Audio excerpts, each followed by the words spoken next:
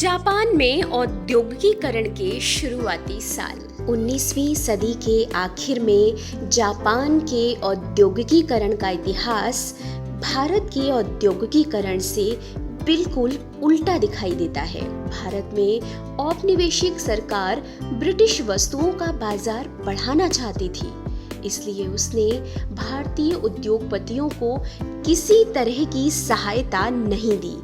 दूसरी तरफ जापान की सरकार ने अपने देशी उद्योगों को खुलकर बढ़ावा दिया। 1867 में जापान की सत्ता संभालने वाले मेजी राजवंश का मानना था कि जापान को पश्चिमी प्रभुत्व का सामना करने के लिए औद्योगिकीकरण के रास्ते पर चलना चाहिए।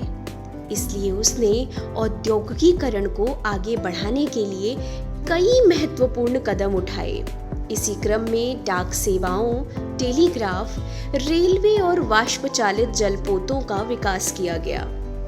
पश्चिम से नवीनतम तकनीक का आयात किया गया और उसे जापान की जरूरतों के हिसाब से ढाला गया। जापानी पेशेवरों को प्रशिक्षित करने के लिए विदेशी विशेषज्ञों को बुलाया गया।